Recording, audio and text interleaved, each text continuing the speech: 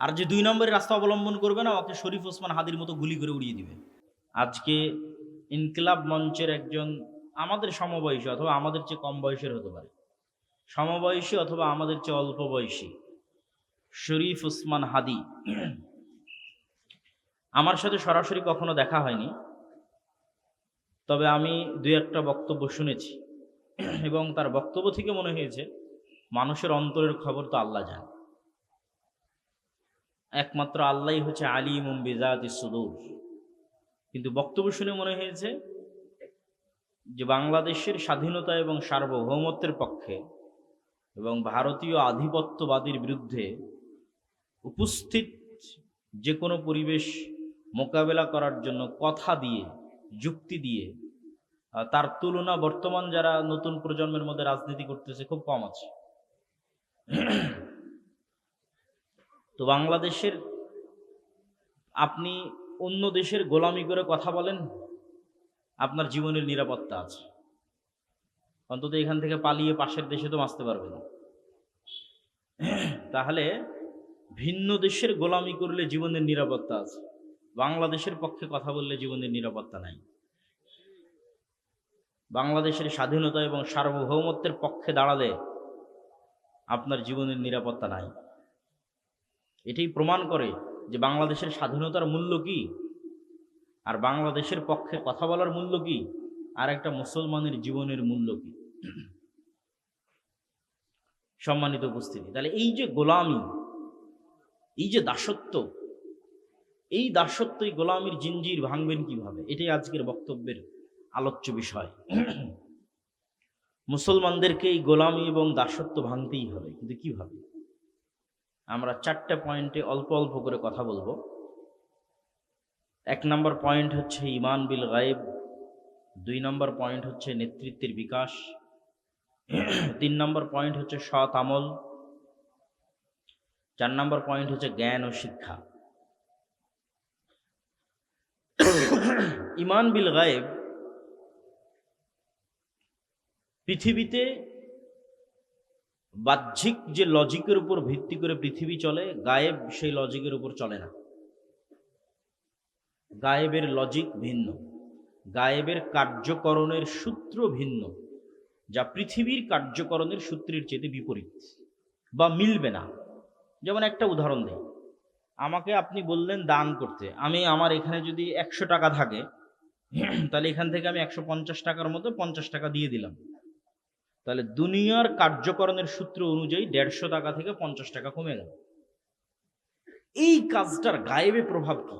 এই কাজটা কি গায়েবে এভাবে সাজানো আছে যে আমহাকুল্লাহুর রিবা ওয়া ইরবিস সাদাকাত, এটা গায়েবের কার্যকরণের সূত্র।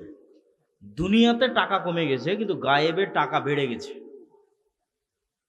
তো গায়েবের কার্যকরণে টাকা প্লাস হয়েছে, দুনিয়ার কার্যকরণে টাকা মাইনাস হয়েছে। এখন গায়েবের কার্যকরণে যে টাকা প্লাস হয়েছে এটাও দুনিয়াতে একদিন প্রকাশ পাবে। সেটা কবে প্রকাশ পাবে? সময় লাগবে। এই 150 টাকা 500 টাকায় পরিণত হবে, বা 5000 কোটি টাকায় পরিণত হতে পারে, 1500 কোটি টাকাতে পরিণত হতে পারে।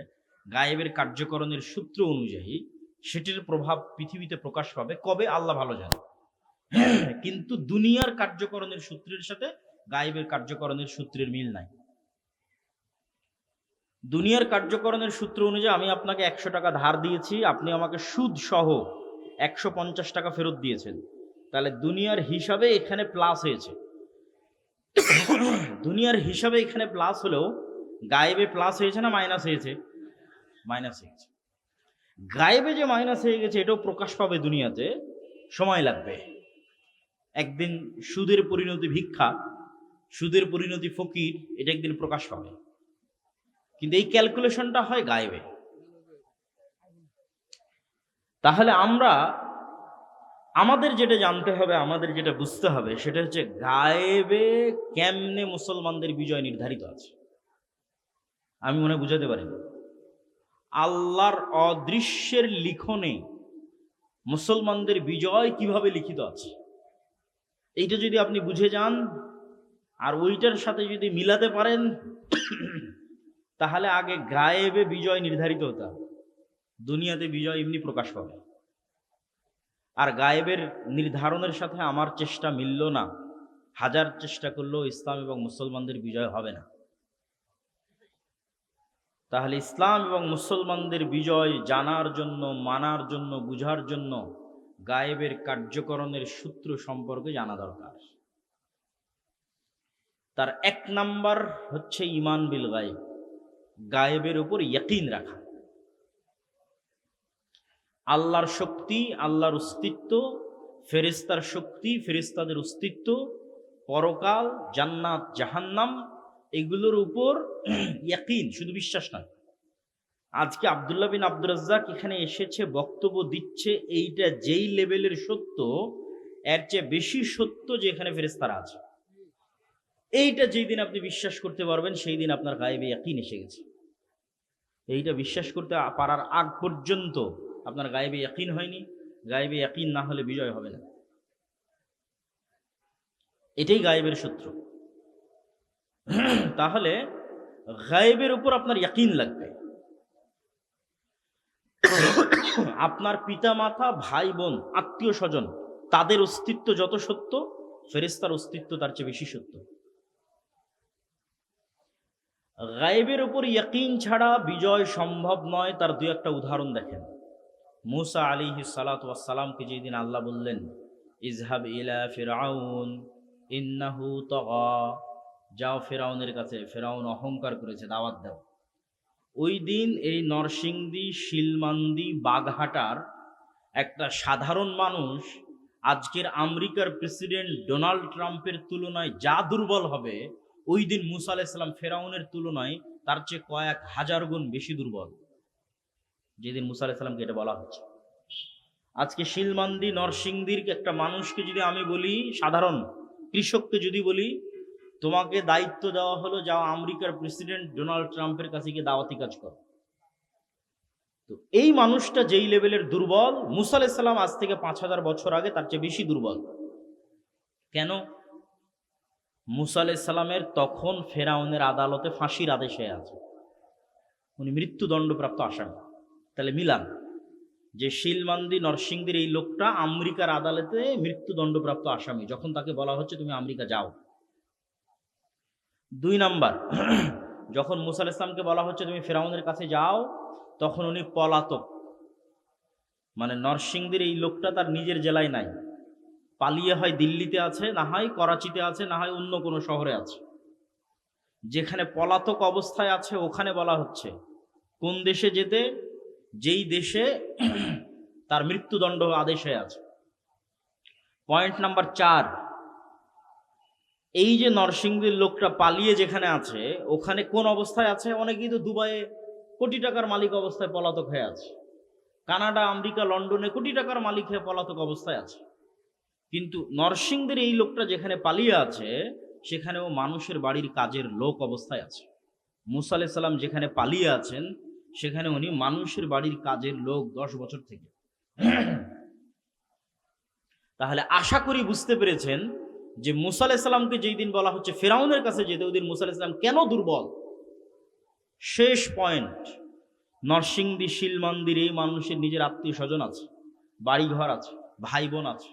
মুসা আলাইহিস সালাতু ওয়াস সালামের মাও পরিচয় দিতে পারেনি যেটা আমার ছেলে। মুসা আলাইহিস সালাম এমন গোলাম কওমের সদস্য, এমন গোলাম জাতির সদস্য। সম্মানিত উপস্থিতি, তাহলে মুসা আলাইহিস সালামের পক্ষে দুনিয়ার কার্যকরণের সূত্র অনুযায়ী ফেরাউনের বিরুদ্ধে বিজয় অর্জন পৃথিবীর সপ্তাশ্চর্যের একটা, অসম্ভব। এখানে বিজয় অর্জনের দুনিয়াবি কোনো সম্ভাবনা নাই, বহু পরের কথা। মুসা আলাইহিস সালাম ফেরাউনের সামনে গিয়ে দাঁড়াতেই পারবে না, বিজয় বহুদূরের কথা। তবে হ্যাঁ, একটা রাস্তা আছে, যেই রাস্তা দিয়ে মুসা আলাইহিস সালাম ফেরাউনের সামনে গিয়ে দাঁড়াতে পারবে। সেটা হচ্ছে মুসা আলাইহিস সালামকে গায়েব দেখিয়ে দিতে হবে। আল্লাহ পৃথিবীর প্রায় সব নবীকে কম বেশি গায়েব দেখিয়েছে, কম বেশি। যেমন আমাদের নবী মুহাম্মদ সাল্লাল্লাহু আলাইহি ওয়াসাল্লাম মেরাজের সফরে উনি জান্নাত, জাহান্নাম, আসমান, নবী, রাসূল, জিবরাইল, আল্লাহ সবার সাথে কথা বলেছেন, দেখে এসেছেন। তাহলে ওনার জন্য গায়েবকে কি করে দেওয়া হয়েছে? উন্মুক্ত করে দেওয়া হয়েছে। যেটার উপর আমাদের ঈমান আনতে বলা হচ্ছে ওটা ওনাকে চোখে দেখানো হয়েছে। ঠিক ঈসা আলাইহিস সালাতু ওয়াস সালামের ক্ষেত্রে আল্লাহ কি করেছে? মৃতকে জীবিত করা, এটা গায়েব। আপনারা কখনো দেখেছেন মৃতকে জীবিত হতে? এইদিকে তাকান, মৃতকে জীবিত হতে দেখেছেন? তাহলে মৃতকে জীবিত করা গায়েব না গায়েব নয়? গায়েব। এটাই তো পরকাল, এটাই তো কিয়ামত, এটা গায়েব। তো ঈসা আলাইহিস সালাতু ওয়াস সালামকে আল্লাহ এমন মুজিজা দিল যে যে কোনো মৃত ব্যক্তির গায়ে হাত দিয়ে ঈসা আলাইহিস সালাম যদি বলে বিসমিল্লাহ বিইজনিল্লাহ, তাহলে এই মৃত ব্যক্তি জীবিত হয়ে যায়। তাহলে কত বড় গায়েব ঈসা আলাইহিস সালাম দেখেছে। যেখানে আমরা বিশ্বাস করছি মৃত মানুষ জীবিত হবে, ওখানে ঈসা আলাইহিস সালামের হাত দিয়ে মৃত মানুষ জীবিত হয়ে যাচ্ছে।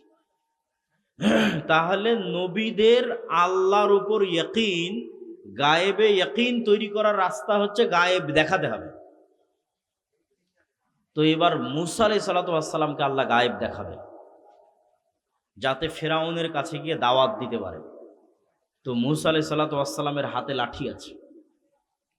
আল্লাহ বলছেন মুসা কি? তো লাঠি। কি করো? গর্ত পার হই, গাছ থেকে পাতা পারি।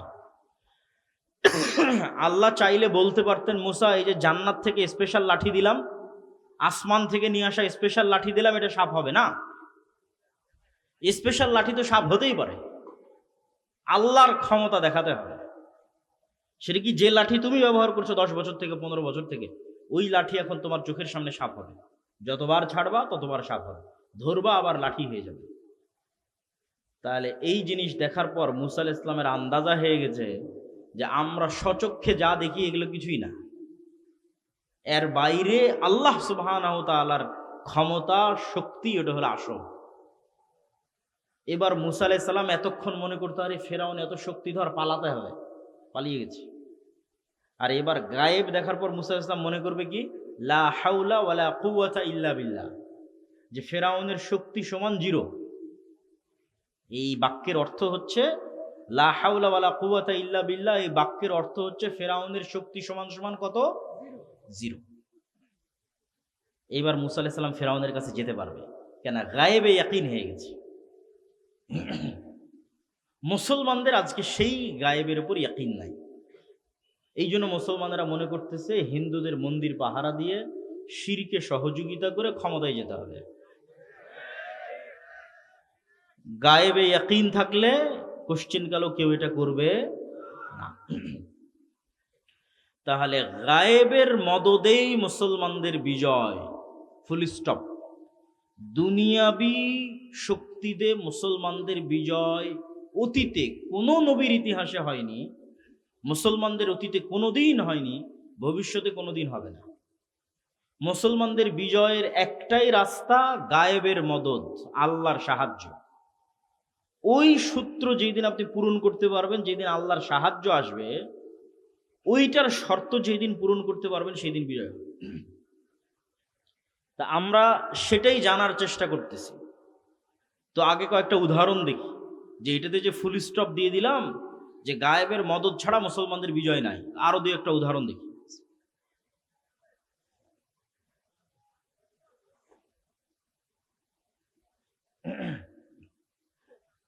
মুসা আলাইহিস সালামের পরে নবী হলো ইউশা বিন নুন। মুসা আলাইহিস সালামের জীবদ্দশাতেই মুসা আলাইহিস সালামকে আল্লাহ আদেশ দিল জেরুজালেম বিজয়ের জন্য যুদ্ধ করতে হবে। তো বানু ইসরায়েলরা কি বললো? ইযহাব আনতা ওয়া রাব্বুকা ফাকাতিলা, আপনি আর আপনার আল্লাহ গিয়ে যুদ্ধ করেন, আমরা পারবো না। কেন পারবে না সেটাও বলে দিয়েছে, যে জেরুজালেমে এখন যারা আছে আমালেকা গোত্রের লোক, এদের এক একজনের বডি 40 তালা 50 তালার সমান। এত শক্তিশালী বিশাল দেহী মানুষের সাথে আমরা যুদ্ধ করতে পারবো না। তাহলে তারা চিন্তা করেছে দুনিয়ার কার্যকরণের সূত্র অনুযায়ী। এইটা চিন্তা করেনি যে আল্লাহ আদেশ দিয়েছে করতে হবে, এটা চিন্তা করেনি। চিন্তা করেছে দুনিয়ার কার্যকরণের সূত্র দিয়ে। শুধু 2 জন বলল যাদের ঈমান বিল গায়বে ইয়াকিন ছিল। যে 2 জনের ঈমান বিল গায়বে ইয়াকিন ছিল, সেই 2 জন বলল যে আমরা যুদ্ধে যাব। তো যাই হোক, আল্লাহ 40 বছরের শাস্তি অবতীর্ণ করলেন।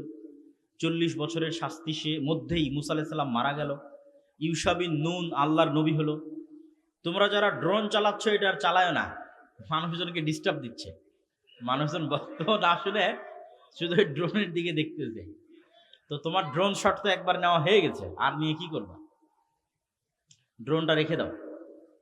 তো ইউশা বিন নুন 40 বছরের গজবের পর, আযাবের পর বানু ইসরায়েলকে বলল যে আমরা যে ভুল করেছিলাম যুদ্ধ না করে, চলো যুদ্ধ করতে হবে। বানু ইসরায়েল যুদ্ধে অবতীর্ণ হয়ে গেল। শুক্রবারের দিন বিকেল বেলা যুদ্ধে জয় জয় ভাব, কিন্তু জিততে আরো সময় লাগবে। আর সূর্য ডুবে গেলে মুসা আলাইহিস সালামের দিন অনুযায়ী যুদ্ধ বন্ধ করতে হবে, শরীয়ত অনুযায়ী। তখন ইউশা বিন নুন আল্লাহর কাছে দোয়া করলেন যে আল্লাহ, আপনি আজকে যুদ্ধ জয়ের জন্য সূর্যকে থামিয়ে দেন। তো ইউশা বিন নুনের গায়েবের জ্ঞান কত মজবুত, গায়েবের উপর ইয়াকিন কত মজবুত। কেমনে একটা মানুষ চিন্তা করতে পারে সূর্যকে থামাতে হবে? এটাকে একটা মানুষ এত ইজি কেমনে মনে করতে পারে? আমাকে বুঝান। একটা মানুষের ব্রেনে এটা কেমনে কাজ করতে পারে যে আজকের যুদ্ধে জিততে হলে সূর্যকে থামাতে হবে? এটা তো অসম্ভব। তাহলে এবার আপনি বুঝেন যে ইউশা বিন নুনের গায়েবের উপর ইয়াকিন কোন পর্যায়ে ছিল।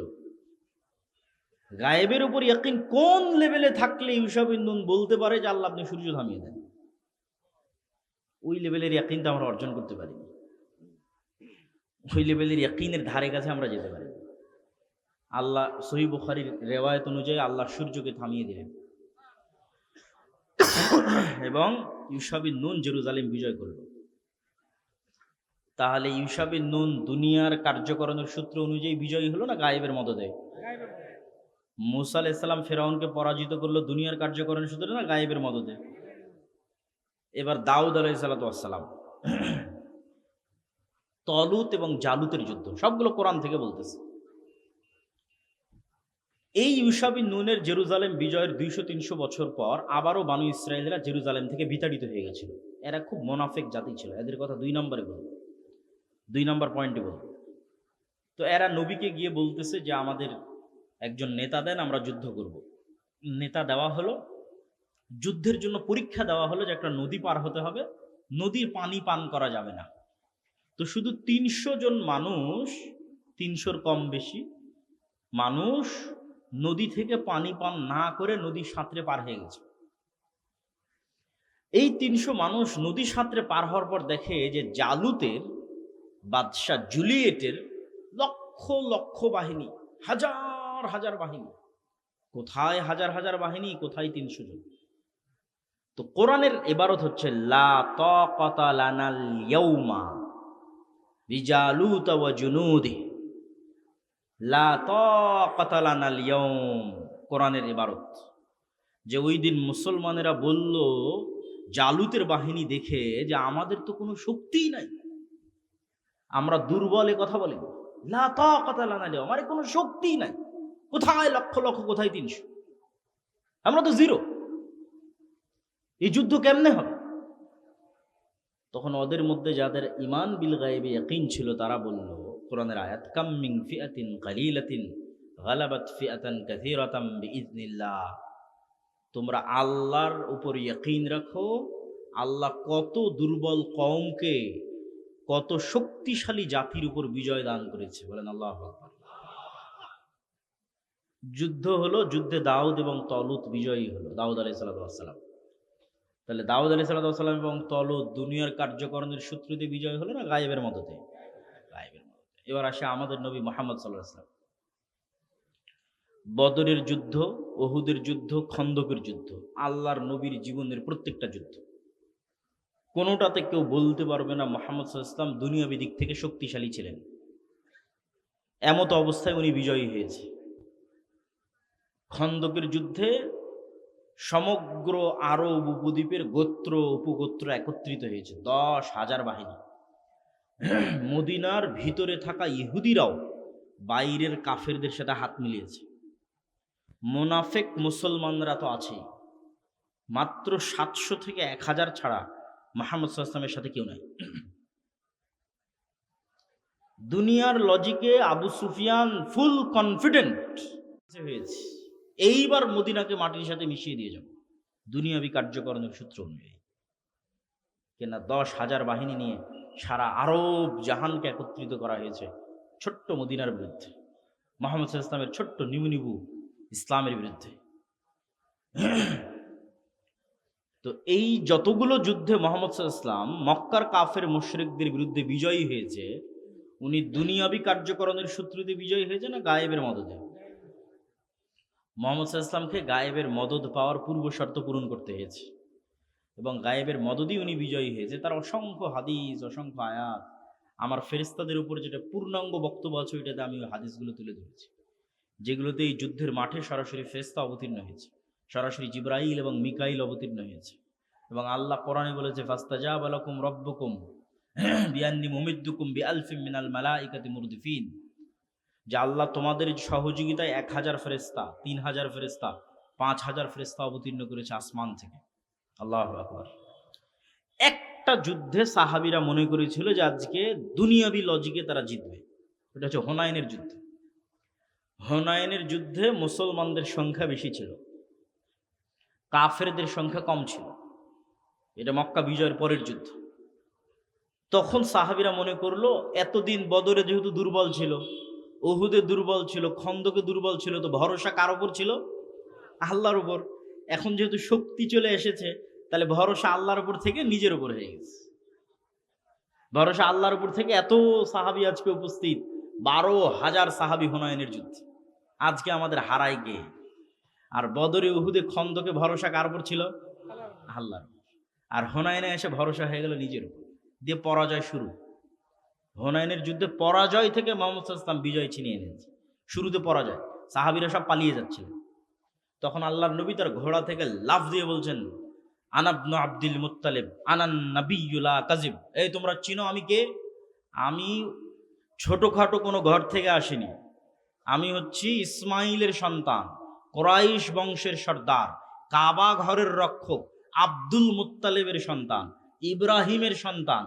আমি আমার নবীয়তের দাবিতে মিথ্যুক নই, আমি সত্যবাদী নবী, অতএব আমি জিতবই জিতবো। এইভাবে যখন উনি হুঙ্কার ছেড়ে দিয়ে ঘোড়া থেকে নামলেন, আর আব্বাস ইবনে আব্দুল মুত্তালিব ওনার চাচাকে বললেন, চাচা হাঁক ছাড়েন। কোথায় যারা বায়াতুর রিজওয়ানে আমার সাথে হাতে শপথ করেছিল হুদাইবিয়ার সময়? হুদাইবিয়ার সময় আল্লাহর নবীর হাতে হাত রেখে শপথ করা হয়েছিল উসমানের জন্য যে আমরা জীবন দেব, মৃত্যুর শপথ করেছিল। কোথায় তারা আজকে? সবাই পালিয়ে যাচ্ছে কেন? যারা বদরে অংশগ্রহণ করেছিল, উহুদে অংশগ্রহণ করেছিল, তারা কোথায়? যারা সূরা বাকারা পড়েছে তারা কোথায়? যারা আলে ইমরান পড়েছে তারা কোথায়? এইভাবে যখন আল্লাহর নবীর চাচা হুঙ্কার ছাড়তে থাকলেন, তখন আবার সাহাবীরা ব্যাক আসতে থাকলেন। কিন্তু এই যুদ্ধে নিজেদের উপর ভরসা হয়ে গেছিল, এই জন্য যুদ্ধে পরাজয় শুরুতে। তাহলে কি বোঝা গেল? গায়েবের মদদ ছাড়া মুসলমানদের বিজয় সম্ভব? নবী মুহাম্মাদের হয়নি, তো আমি আপনি কে? সাল্লাল্লাহু আলাইহি ওয়াসাল্লাম। মুহাম্মদ সাল্লাল্লাহু আলাইহি ওয়াসাল্লাম আল্লাহর সহযোগিতা ছাড়া জিততে পারি না, আমি আপনি কে? এবং যত বড় বড় পৃথিবীর ইতিহাস আছে, সুলতান সালাহুদ্দিন আইয়ুবী যখন হিত্তিনের যুদ্ধে, বাদশাহ জহিরুদ্দিন আল বেরবাস যখন আইনে জালুতের যুদ্ধে, তখন হালাকু খা চেঙ্গিস খাঁকে পরাজিত করবে, পৃথিবীতে এরকম কোনো শক্তির উত্থান হয়নি। মুসলমানদের রাজধানী বাগদাদকে মাটির সাথে মিশিয়ে 10 লক্ষ মুসলমানের মাথা দিয়ে মিনার তৈরি করে হালাকু খা চেঙ্গিস খা গেছে মিশর দখল করতে। তখন হালাকু খা চেঙ্গিস খার পতন হয়েছে, যখন হালাকু খা চেঙ্গিস খা বিজয়ের শীর্ষ চূড়ায়, ক্ষমতার শীর্ষ চূড়ায়। সুলতান সালাউদ্দিন আইয়ুবী যখন যুদ্ধ করেছে, তখন ইউরোপীয় ক্রুসেডাররা শক্তি ক্ষমতার শীর্ষ চূড়ায়। সম্মানিত উপস্থিতি, তাহলে সারমর্ম হচ্ছে গায়েবের মদদ ছাড়া মুসলমানদের বিজয় সম্ভব নয়। অতএব আমাকে আপনাকে আগে গায়েবের মদদ পাওয়ার পূর্ব শর্ত পূরণ করতে হবে, তাহলে বিজয় হবে। পয়েন্ট নাম্বার 2, নেতৃত্বের বিকাশ। প্রত্যেকটা জিনিসের এই পিঠ আর ওই পিঠ আছে। এই পিঠে একটা লেখা আছে, এই পিঠে একটা লেখা আছে, মুদ্রার এই পিঠ ও পিঠ। এই পিঠ যদি গোলামি হয় তাহলে এই পিঠ নেতৃত্ব, এই পিঠ যদি নেতৃত্ব হয় তাহলে এই পিঠ গোলামি।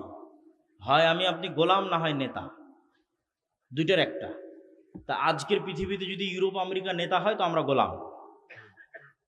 তাহলে আমি যেই দিন নেতা হয়ে যাব সেই দিন আমি গোলাম নই, তাহলে নেতা হতে হবে। নেতা কোথায় থেকে তৈরি হয়? যেমন কোন ধান কোথায় রোপণ করলে, কোন ফুলের গাছের বীজ কোথায় বপন করলে কি হবে, এটা জানেন, আমি আপনি জানি। তো নেতা কই থেকে বের হয়? নেতা বের হয় সত্যবাদিতা, আমানতদারিতা, ন্যায়পরায়ণতা, ধৈর্যশীলতা থেকে। এই জন্য আল্লাহ যত নবী পাঠিয়েছে সব নবী জন্মগত সত্যবাদী, সব নবী জন্মগত আমানতদার, সব নবী জন্মগত ন্যায়পরায়ণ, সব নবী জন্মগত ধৈর্যশীল। মুহাম্মদ সাল্লাল্লাহু আলাইহি ওয়াসাল্লামকে 40 বছর বয়সে শিরক করা যাবে না, তাওহীদ মানতে হবে, এটা শেখানো হয়েছে। আর 50-53 বছর বয়সে সালাত, সিয়াম, হজ, যাকাত শেখানো হয়েছে। আর এই 40 বছরের আগের জীবন আর এই 50 বছরের আগের জীবনে কোনোদিন মুহাম্মদ সাল্লাল্লাহু আলাইহি ওয়াসাল্লামকে এটা বলার দরকার হয়নি যে আপনি আজ থেকে সত্য বলবেন। কেননা উনি জন্মগতই কি বলে? সত্য বলে। আপনি আজ থেকে ন্যায় প্রতিষ্ঠা করবেন, উনি জন্মগতই ন্যায় প্রতিষ্ঠা করেন। ওনার বয়স যখন 35, তখন হাজরে আসওয়াদ নিয়ে মারামারি। ওই হাজরে আসওয়াদের মারামারি উনি ন্যায় বুদ্ধিমত্তা দিয়ে সমাধান করে দিয়েছে। তাহলে ন্যায়ের উপর, সত্যবাদিতার উপর, ধৈর্যের উপর নবীদের জন্ম। ফাসবির কামা সাবারা উলুল আজমি মিনার রাসূল, আপনি দৃঢ় প্রতিজ্ঞ রাসূলদের মতো ধৈর্য ধারণ করুন। ধৈর্য ধারণ ছাড়া নেতা হওয়া যায় না, ধৈর্যশীল হওয়া ছাড়া নেতা হওয়া যায় না, অসম্ভব। এখন এইটা যেহেতু নেতৃত্বের অঙ্কুর উদ্গম, বীজ ঘর, আপনি এখন মুসলমানদের স্বভাব চরিত্র, কথাবার্তা, উঠা বসা যাচাই করে দেখেন মুসলমানদের মধ্যে এই নেতৃত্বের গুণ আপনি পান কিনা। পাবেন না। যদিও বানু ইসমাইল তথা কুরাইশ, ইসমাইলের বংশধর, ইব্রাহিম আলাইহিস সালামের 2টা সন্তান, ইসহাক, ইসমাইল। ইসহাকের পরবর্তী বংশধর জেরুজালেম আবাদ করেছে, মিশর আবাদ করেছে, আবার মিশর থেকে আবার জেরুজালেম, ঈসা আলাইহিস সালাম পর্যন্ত। আর ইব্রাহিম আলাইহিস সালামের এক সন্তান ইসমাইল একদম মুহাম্মদ সাল্লাল্লাহু আলাইহি ওয়াসাল্লাম পর্যন্ত মক্কাতি। আলাদা এদের মধ্যে আর কোনো জাতীয় তৈরি হয়নি, কোনো যুদ্ধ বিগ্রহ বা গোলামি এগুলোর সাথে যুক্ত হয়নি।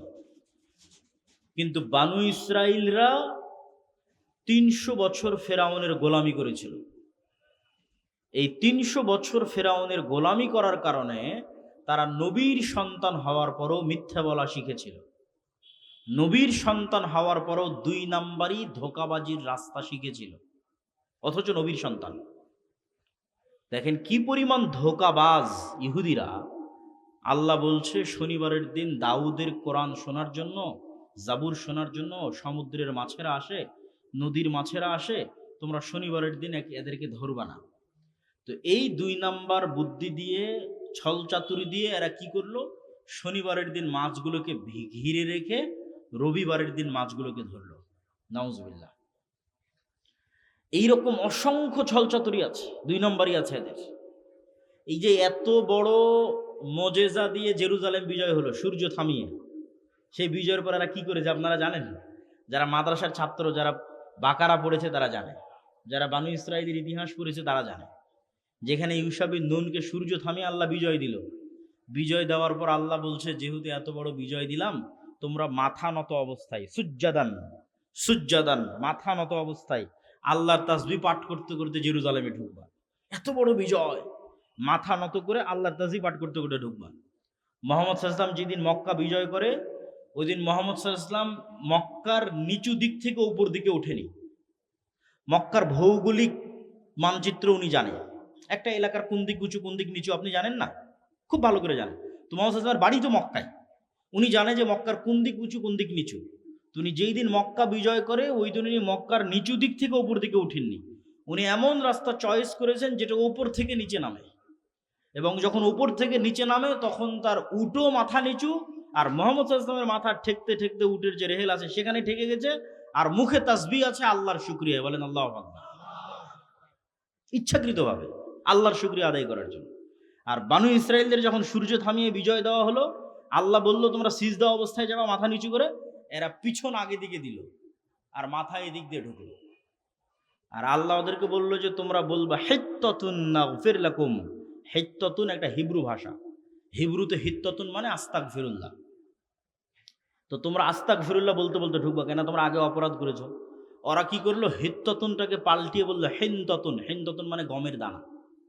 কি পরিমাণ ২ নাম্বার ধোঁকাবাজ মিথ্যুক কওম, অথচ এরা নবীর সন্তান। এদেরকে আল্লাহ এমনি অভিশপ্ত বানায়নি। তাহলে নবীর সন্তানের স্বভাব কেমনে পরিবর্তন হয়ে গেল? আল্লামা ইকবাল বলছে, গোলামি মে বদল জাতি হে কওমোं का ज़मीर, যে দাসত্বে জাতির স্বভাব চরিত্র পরিবর্তন হয়ে যায়। তো ফেরাউনের দাসত্বে এরা মিথ্যা বলা শিখে নিয়েছে। কেন? গোলাম মানে কি? একটা রুটির জন্য মারামারি করা লাগবে। গোলাম মানে একটা রুটির জন্য মিথ্যা বলা, কেন আপনি হত্যাও করতে পারেন, তার নাম গোলামি। কেন? রুজি রুটির অভাব, দুঃখ কষ্ট, এই গোলামির মধ্যে ৩০০ বছর পার হয়েছে, জীবনের নিরাপত্তা নাই, মিথ্যা তো বলতেই হবে, কিছু করার নাই। কিন্তু আমরা যারা বানু ইসমাইল মানে ইব্রাহিমের আরেক সন্তানের বংশধরের অনুসারী, এরা যেহেতু কোনোদিন গোলাম ছিল না, কোনোদিনই না, কোরাইশরা কোনোদিন গোলাম ছিল না। আব্দুল মোত্তালেব এবং আব্দুল মোত্তালেবের পূর্বসূরি ইসমাইল পর্যন্ত এই মক্কা কেউ কোনোদিন দখল করে এদের গোলাম বানায়নি। যেহেতু এরা কোনোদিন গোলাম ছিল না, সেহেতু ইসমাইলের সন্তানেরা শিরক করলেও মিথ্যা বলা জানতো না। বুঝেন আমার কথা? ইসমাইলের সন্তানেরা শিরক করলেও ধোঁকাবাজি জানতো না, ২ নম্বরই জানতো না। তার ২-১টা উদাহরণ আপনাকে দেই, তাহলে আপনি বুঝবেন যে আজকের মুসলমানেরা একসাথে দুটো অপরাধ করতেছে। একটা তো বানু ইসরাইলের চুরি, বাটপারি, ধোঁকাবাজি, ২ নম্বরই দুর্নীতি এদের মধ্যে ঢুকে গেছে, আর একটা হচ্ছে শিরক ঢুকে গেছে। দুটোই মুসলমানদের মধ্যে ঢুকে গেছে। এবার যে বানু ইসমাইলের আমরা আলোচনা করতেছি, তারা এই ন্যায়পরায়ণতা, সত্যবাদিতায় আমাদের চেয়ে গিয়েছিল। মক্কার কাফের মুশরিকরা, যেমন আল্লাহর নবীর চাচা আবু তালেব মুশরিক, মৃত্যু শিরকের উপর হয়েছে, কিন্তু ইতিহাস থেকে একজন দাঁড়িয়ে প্রমাণ দিতে পারবে না যে আবু তালেব কোনোদিন মিথ্যা বলেছে। আবু তালেব অমুকের সম্পদ মেরে নিয়েছে, আল্লাহর নবীর চাচা আবু তালেব, যে আবু তালেব অমুকের সাথে ২ নম্বরই করেছে। আবু তালেবকে ছাড়েন, আবু তালেব তো অন্তত মুখোমুখি মোহাম্মদ সাল্লাল্লাহু আলাইহি ওয়াসাল্লামের বিরোধিতায় অবতীর্ণ হয়নি। আবু সুফিয়ান যে মুখোমুখি মোহাম্মদ সাল্লাল্লাহু আলাইহি ওয়াসাল্লামের বিরুদ্ধে অবতীর্ণ হয়েছে সব যুদ্ধে। মুসলমানদের প্রধান মোহাম্মদ সাল্লাল্লাহু আলাইহি ওয়াসাল্লাম, কাফেরদের প্রধান আবু সুফিয়ান। এই আবু সুফিয়ান পর্যন্ত জেরুজালেমের মাটিতে বাদশাহ হেরাক্লিয়াসের দরবারে কোনো ক্যামেরা নাই, কোনো লাইভ নাই, কোনো রেকর্ডার নাই, চাইলেই আবু সুফিয়ান মিথ্যা বলতে পারে মোহাম্মদ সাল্লাল্লাহু আলাইহি ওয়াসাল্লামের নামে। কিন্তু আবু সুফিয়ান মিথ্যা বলতে পারেনি, মানে আবু সুফিয়ান মিথ্যা বলা জানেই না, তো বলবে কিভাবে? তাহলে মক্কার কাফের মুশরিক আবু তালেব, আব্দুল মুত্তালেব, আর মক্কার সাবেক কাফের মুশরিক পরবর্তীতে মুসলমান আবু সুফিয়ান রাদিয়াল্লাহু তাআলা আনহু আজকের যুগের মুসলমানদের চেয়ে ভালো সত্য বলাতে, ২ নম্বরই না করাতে, জুয়ার চুরি, ডাকাতি, দুর্নীতি না করাতে। এখান থেকেই নেতৃত্বের যাত্রা শুরু হয়, নেতা তৈরি হয়। এই আবু তালেবের ছেলে আলী ইসলামের ৪র্থ খলিফা। তাহলে আলী জন্মগত মিথ্যা বলা জানে না, আলী জন্মগত ধোঁকাবাজি, চুরি চামারি জানে না। তাহলে জন্মগত নেতৃত্বের গুণ আছে। পিতা আবু তালেব, আলী ইবনে আবি তালেব, তার সাথে তাওহীদ যুক্ত হয়েছে। এই তাওহীদ আর এই সত্যবাদিতা, আমানতদারিতা আলী ইবনে আবি তালেবকে মক্কার নেতা থেকে বিশ্বের নেতা বানিয়ে দিয়েছে। বলেন আল্লাহু আকবার। আবু বকরকে, ওমরকে, ওসমানকে, আবু সুফিয়ান এবং তার পরবর্তী বংশধর মুআবিয়া এবং তাদের পরবর্তী বংশধরকে ছোট্ট মক্কার নেতা থেকে অর্ধ বিশ্বের নেতা বানিয়ে দিয়েছে। কেন? নেতৃত্বের গুণ আগে থেকেই ছিল। তাহলে আমাদের স্বভাব চরিত্র ধ্বংস হলো কখন? যখন আমরা ইউরোপের উপনিবেশে ছিলাম, ব্রিটিশ শাসন আমলে ১৯০ বছর। আপনি গোলামির কারণে যে স্বভাব চরিত্র চেঞ্জ হয়, এটা যদি আরো ভালো বুঝতে চান, তাহলে দেখবেন যেখানকার মুসলমানেরা যত নিকৃষ্ট লেভেলের গোলাম, ওখানকার মুসলমানেরা তত বেশি মিথ্যা, চুরি চামারি, ডাকাতি ২ নম্বরই বেশি জানে। আপনি এখনই মাপতে পারবেন। তুলনামূলক আপনি রোহিঙ্গাদের সাথে বাঙালিদের তুলনা করেন, বাঙালিদের সাথে ভারতের মুসলমানদের তুলনা করেন, ঠিক আছে? আবার বাঙালি পাকিস্তানি মুসলমানদের সাথে আফ্রিকার মুসলমানদের তুলনা করেন। আফ্রিকার মুসলমানেরা স্পেন, ফ্রান্সের ভয়ঙ্করতম, নিকৃষ্টতম জুলুমের শিকার এখন পর্যন্ত। ফলত আফ্রিকার মুসলমানেরা ওই রাস্তাগুলো বাঙালি পাকিস্তানি মুসলমানদের চেয়ে বেশি চিনে।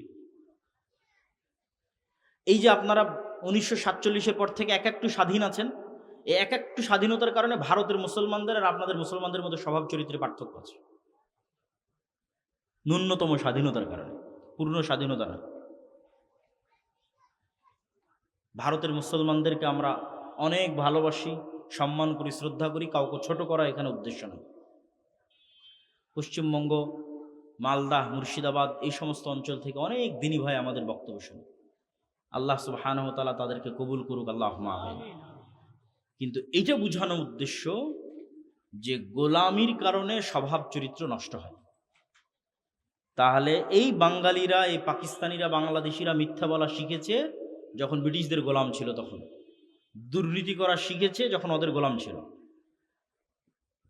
আর গণতন্ত্র আর সুদ, সুদ আর গণতন্ত্র এই দুটো মুসলমানদের উপর চাপিয়ে দেওয়া আছে যেন মুসলমানেরা আর জীবনে কোনোদিন সত্য বলা শিখতে না পারে।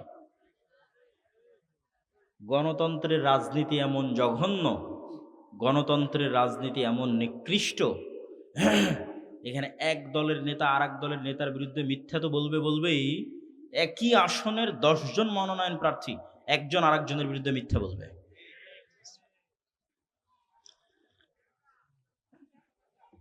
তাহলে আজকে যে এমপি, মন্ত্রী, মিনিস্টার মিথ্যা বলে এমপি হচ্ছে, দুর্নীতি করে এমপি হচ্ছে, এই এমপি, মন্ত্রী, মিনিস্টারকে, এই প্রধানমন্ত্রীকে ভারত আর আমেরিকার জন্য টাকা দিয়ে কিনে নেওয়া কিছুই না। কেন? ওর যাত্রাই শুরু হয়েছে দুর্নীতি দিয়ে। তাহলে মেরুদণ্ডওয়ালা, সত্যবাদী, ন্যায়পরায়ণ কোনো নেতা মুসলমানদের যেন না আসে, এটা বন্ধ করার জন্য গণতন্ত্র দেওয়া আছে। গণতন্ত্রে যে 2 নম্বরই রাস্তা অবলম্বন করবে ওই টিকে থাকতে পারবে, আর যে 2 নম্বরের রাস্তা অবলম্বন করবে না ওকে শরীফ ওসমান হাদির মতো গুলি করে উড়িয়ে দিবে। এটাই গণতন্ত্র। সম্মানিত উপস্থিতি, তাহলে সত্যবাদী এবং ন্যায়পরায়ণ হওয়াই নেতা হওয়া, আর সত্যবাদী এবং ন্যায়পরায়ণ না হওয়াই গোলাম হওয়া। তাহলে যত এমপি, মন্ত্রী, মিনিস্টার মনোনয়ন প্রার্থী হচ্ছে, টাকা দিয়ে মনোনয়ন কিনে নিচ্ছে, এরা নেতা না গোলাম? গায়েবের লজিকে এরা নেতা না গোলাম? বলেন না কেন? নেতা না গোলাম? গোলাম। আপনি নেতা তৈরি করতেছেন না, গোলাম তৈরি করতেছেন। দুনিয়ার লজিকে সে নেতা হতে পারে, গায়েবে তো আগেই নেতার খাতা থেকে কাটা চলে গেছে। কেন? মিথ্যা বলতেছে, দুর্নীতি করতেছে, ও তো নেতৃত্বের খাতা থেকে আগেই কাটা, আগেই বাদ, গোলাম তৈরি হচ্ছে। সম্মানিত উপস্থিতি, সুদের কথা কেন বললাম যে সুদ গোলাম তৈরি করে? রাসূল সাল্লাল্লাহু আলাইহি ওয়াসাল্লাম বললেন বহু দোয়ার মধ্যে, আল্লাহুম্মা ইন্নী আউযুবিকা মিনাল মা'সামি ওয়াল মাগরাম, আল্লাহুম্মা ইন্নী আউযুবিকা মিন যালঈদ দাইন ওয়া গালাবাতির রিজাল। আল্লাহ লোন থেকে বাঁচতে চাই, কর্জ থেকে বাঁচতে চাই। আল্লাহর নবীকে সাহাবীরা জিজ্ঞেস করলেন, আপনি কেন এত লোন কর্জ থেকে বাঁচতে চাচ্ছেন? রাসূল সাল্লাল্লাহু আলাইহি ওয়াসাল্লাম বললেন, মানুষ যখনই লোন নেওয়া শুরু করে তখনই মিথ্যা বলা শুরু করে। আজকে অনেক মা এবং বোন উপস্থিত আছে, আপনারা যারা কিস্তিতে লোন নিয়েছেন তারা একটু বুকে হাত দিয়ে বলেন যে আপনি কতটুকু সত্যের উপর অটল আছে। অনেকেই তো এমন আছে, নিজে তো মিথ্যা বলে বলে নিজের ছেলে মেয়েকেও মিথ্যা বলা শিখায়। তাহলে যেই ছেলেকে আপনি আজকে মিথ্যা বলা শিখাচ্ছেন, যেই মা আজকে মিথ্যা বলতেছে, তাদের সন্তানেরা কেউ নেতা হবে না গোলাম হবে? গোলাম হবে। তাহলে প্রত্যেক মুসলমানকে যদি সুদের সাথে যুক্ত করা যায়, প্রত্যেক মুসলমানকে যদি গণতন্ত্রের রাজনীতি, 2 নম্বর রাজনীতি শেখানো যায়, তাহলে মুসলমানদের মধ্যে আর নেতা তৈরি হবে না গোলাম তৈরি হবে? গোলাম তৈরি হবে। নেতা তৈরি হওয়ার রাস্তা বন্ধ করে দেওয়া হয়েছে। সম্মানিত উপস্থিতি, আমরা আমাদের বক্তব্যের 3 নম্বর পয়েন্ট হচ্ছে সৎ আমল। 4 নম্বর পয়েন্ট জ্ঞান এবং শিক্ষা। বাম পাশের এই পর্দাটা খুলে দিলে মানুষজন আরো বসতে পারবে। তারপর পর্দা খুলে দিলে আরো যদি কিছু বসার জায়গা হয়, আমি জানি না, জায়গা নাই। ঠিক আছে, বক্তব্য আমি দ্রুত শেষের দিকে নিয়ে যাচ্ছি। আমাদের জানতে হবে গায়েবে কিভাবে বিজয় নির্ধারিত, গায়েবে কিভাবে নেতা হয়। তো গায়েবে নেতা হওয়ার রাস্তা নবীদের জীবনী। নবীরা কেমনে নেতা হয়েছে? সত্য বলে, আমানতদার থেকে ধৈর্যশীল হয়ে। তাহলে মুসলমান মিথ্যা বলছে মানে নেতা হবে না, নেতা হবে না মানে গোলামি কনফার্ম। তাহলে আগে গায়েবের লজিকটা জানতে হবে। পয়েন্ট নাম্বার 3, সৎ আমল। গায়েবের মদদ আসমান থেকে দুনিয়াতে টেনে আনতে পারে সৎ আমল। গায়েবের মদদ আসমান থেকে দুনিয়াতে টেনে আনতে পারে সৎ আমল। তার মধ্যে 2টা আমল এমন পাওয়ারফুল যা নিশ্চিত অবধারিত গায়েবী মদদকে দুনিয়াতে টেনে আনতে পারে। একটা হচ্ছে রাতের সালাত, তাহাজ্জুদের সালাত, আর আরেকটা হচ্ছে সকাল সন্ধ্যার জিকির। আল্লাহু আকবার। মুহাম্মদ সাল্লাল্লাহু আলাইহি ওয়াসাল্লাম এগুলো জানতেন। উনি গায়েবের কার্যকরণের সূত্র জানতেন। বদরের যুদ্ধের আগের রাতে ওনার যে লম্বা সালাত, ইতিহাস পড়ে দেখেন। মুহাম্মদ সাল্লাল্লাহু আলাইহি ওয়াসাল্লাম তো নবী, উনি তো বলতে পারে যে আমার যুদ্ধে বিজয় হবেই, কিন্তু উনি খুব ভালোভাবে জানেন যে গায়েব থেকে মদদ না আসলে বিজয় হবে না। তো নবীর হবে না তো আমার কেমনে হবে? এই জন্য নবী রাতে সালাতে দাঁড়িয়েছে। রাতে সালাতে দাঁড়িয়েছে এবং আবু বকর রাদিয়াল্লাহু তাআলা ক্লান্ত হয়ে আল্লাহর নবীকে বলছে, যথেষ্ট হয়েছে, থাক, আপনি আর দাঁড়িয়ে থাকিয়েন না, আর রাতের সালাতকে লম্বা করিয়েন না। তাহলে রাতের সালাত মুহাম্মদ সাল্লাল্লাহু আলাইহি ওয়াসাল্লাম আদায় করতেছে কেন? মুহাম্মদ সাল্লাল্লাহু আলাইহি ওয়াসাল্লামের গায়েবী মদদ দরকার। বদরের যুদ্ধে আসমান থেকে সাহায্য আসতে হবে, নাহলে মুহাম্মদ সাল্লাল্লাহু আলাইহি ওয়াসাল্লামের পক্ষে বিজয় সম্ভব নয়। এই জন্য মুহাম্মদ সাল্লাল্লাহু আলাইহি ওয়াসাল্লাম রাতের সালাতে দাঁড়িয়ে আছে। তাহলে রাতের সালাত এবং সকাল সন্ধ্যার জিকির গায়েবী মদদকে টেনে আনতে পারে। আল্লাহ সুবহানাহু ওয়া তাআলা কোরআন মাজিদে সকাল সন্ধ্যার জিকিরের কথা প্রচুর বলেছে। এত আয়াত সকাল সন্ধ্যার জিকিরের সীমাহীন, অগণিত। সকাল মানে ফজরের পর থেকে সূর্য ওঠা পর্যন্ত, আর সন্ধ্যা মানে আসরের পর থেকে সূর্য ডুবা পর্যন্ত। সন্ধ্যা মানে মাগরিবের পর নয়, ক্বাবলাল গুরুব, কোরআনের আয়াত, ক্বাবলাল গুরুব, সূর্য ডুবার পূর্বে।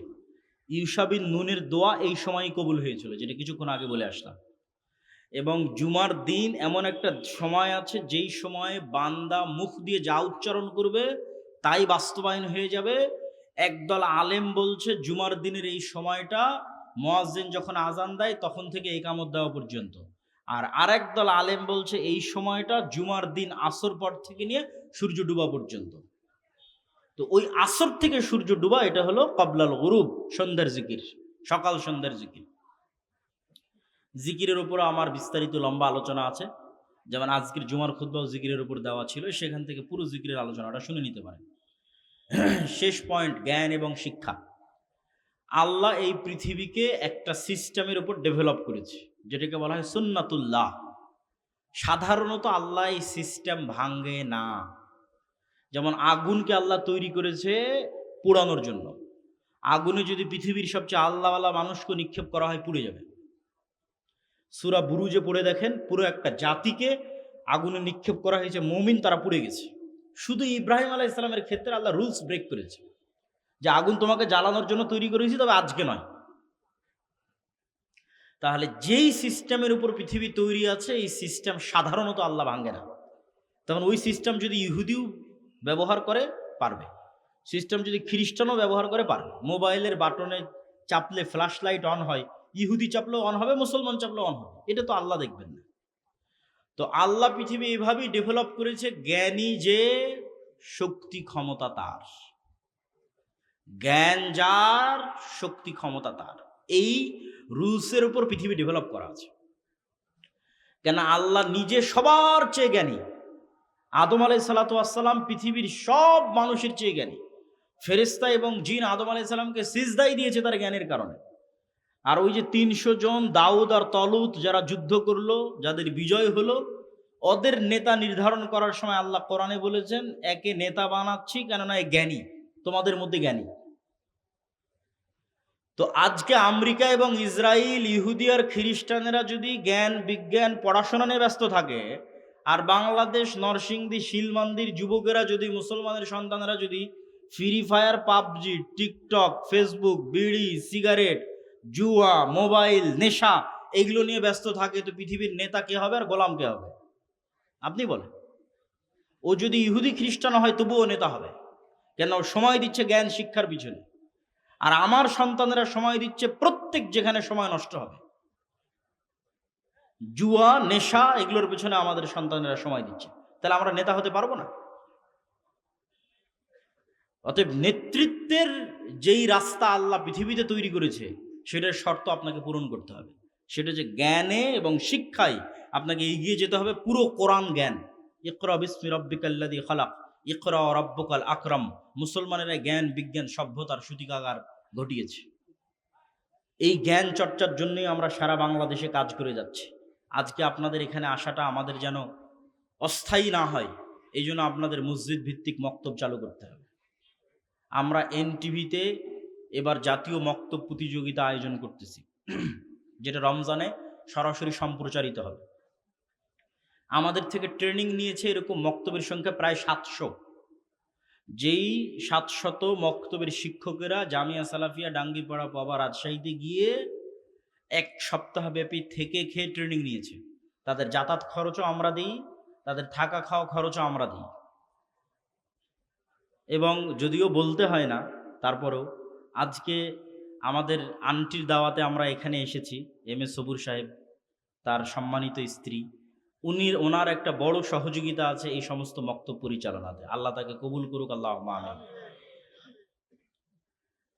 তো এই যে দেশব্যাপী মক্তব, এটা একটা বড় মাধ্যম শতভাগ মুসলমানের সন্তানকে কোরআন ও দ্বীনের জ্ঞান শেখানোর। একটা বড় মাধ্যম, কোরআন এবং দ্বীনের জ্ঞান শেখানোর একটা বড় মাধ্যম এই মক্তব। এই মক্তবকে শক্তিশালী করতে হবে। মসজিদে এসি, টাইলস, ফ্যান, লাইট কত কি লাগিয়েছে, কিন্তু শিক্ষার ব্যবস্থার দিকে আমাদের নজর নাই। অথচ আজকে ব্রাক এবং এনজিও গুলোকে দেখেন, ওরা একটা টাকা পেলে শিক্ষার পিছনে ইনভেস্ট করে। আমরা কি করলাম? আমরা টাকা উড়িয়ে মজা করে আরাম আয়েশ করে শেষ করে দিচ্ছি। টাকা জ্ঞানের পিছনে, বিজ্ঞানের পিছনে, শিক্ষার পিছনে ব্যয় করতে হবে। আল জামিয়া সালাফের অধীনে আমাদের বিভিন্ন প্রতিষ্ঠান অধিভুক্ত, প্রায় 50-এর অধিক প্রতিষ্ঠান অধিভুক্ত অবস্থায় আছে। এই কারো কেউ যদি আপনারা প্রতিষ্ঠা করেন, সেগুলোকে জামিয়া সালাফের সিলেবাস অনুযায়ী পরিচালিত করতে পারেন, এটা একটা বড় মাধ্যম। এবং সর্বোপরি আমাদের যে লিখিত বই পুস্তকগুলো আছে, যেমন আমি ইদানিং যত বক্তব্য দিচ্ছি, সেটা জিকির হোক, ইমান বিল গায়েব হোক, ফেরেশতা শয়তান হোক, রুহ নাফস হোক, সেটা আমার আল্লাহর পথে যাত্রা, এটা নতুন বই। এই বইটা লেখাই হয়েছে ইমান বিল গায়েবে মুসলমানদের ইয়াকিন তৈরি করার জন্য। প্রত্যেকটা মসজিদে যেন সাপ্তাহিক দার্সের অন্তর্ভুক্ত হয়, অথবা দৈনিক 1 পৃষ্ঠা করে পাঠচক্র হিসেবে পড়া হয়, এরকম একটা নিয়ত নিয়ে বইটা লেখা। আজকে যদি থাকে, যদিও খুব দ্রুত শেষ হয়ে যাচ্ছে, এক জায়গায় গেলে আরেক জায়গায় থাকে না। হয়তো আজকের জুমার সালাতেই প্রায় শেষ হয়ে গেছে, 2-1টা থাকতে পারে। থাকলে আপনারা সংগ্রহ করার চেষ্টা করবেন। পাশাপাশি আমাদের যে ফতোয়ার বই, 1000 ফতোয়াকে একত্রিত করে পবিত্রতা এবং সালাতের উপর, অজু, তারপরে তায়াম্মুম, ফরজ গোসল, হায়েজ, নেফাস, সালাত, সব মিলে এমন কোনো প্রশ্ন নাই যা ওখানে নাই, প্রায় 1000 প্রশ্ন। এটাও দেখতে পারেন। আব্দুর রহিম, আমার ছোট ভাই, কিছুক্ষণ পর আপনাদের সামনে কথা বলবে। আপনারা এখন যেভাবে আছেন সেভাবেই বসে থাকার অনুরোধ রইল। আপনাদের প্রাণপ্রিয় ওস্তাদ শেখ আব্দুর রাজ্জাক বিন ইউসুফ, তিনিও হয়তো চলে এসেছেন অথবা রাস্তায় আছেন। তিনি সব শেষে আপনাদের এখানে বক্তব্য দিবেন। অতএব এখান থেকে উঠে যাওয়ার কোনো সুযোগ নেই, বক্তব্য শুনতেই হবে ইনশাআল্লাহ। কেননা এখানে আপনাদের সাথে কারা আছে? ফেরেশতারা আছে। এইটার উপর ইয়াকিন লাগবে। এটাই ইমান বিল গায়ব, এটার উপর ইয়াকিন লাগবে। অতএব ফেরেশতাদের সাথে এই মজলিস জান্নাতের বাগান, এখানে আপনারা অপেক্ষমান থাকেন। আর যাদের বসার জায়গা নাই, তাদের অন্য কোথাও বসার ব্যবস্থা করার জন্য অনুরোধ জানাচ্ছি। অনেক মানুষ, আল্লাহ সকলকে কবুল করুক, আল্লাহুম্মা আমিন। আর আমাদের জামিয়া সালাফিয়ার সালাফি কনফারেন্স 30-31 জানুয়ারি নির্বাচনের কারণে হবে কি হবে না আমরা এখনো নিশ্চিত না। হলে আপনারা আমাদের ফেসবুকের মাধ্যমে জানতে পারবেন। আপনাদের উপস্থিত হওয়ার দাওয়াত থাকলো। আর না হলে পরবর্তী কোনো ডেট বা কিছু থাকলে আমরা জানাবো ইনশাআল্লাহ। আসসালামু আলাইকুম ওয়া রাহমাতুল্লাহি ওয়া বারাকাতুহু। মাশাআল্লাহ, জাযাকুল্লাহ আলা খুতবাতিল মুহিম্মা। অত্যন্ত গুরুত্বপূর্ণ বক্তব্য রাখছিলেন ইসলামী মহাসম্মেলনে।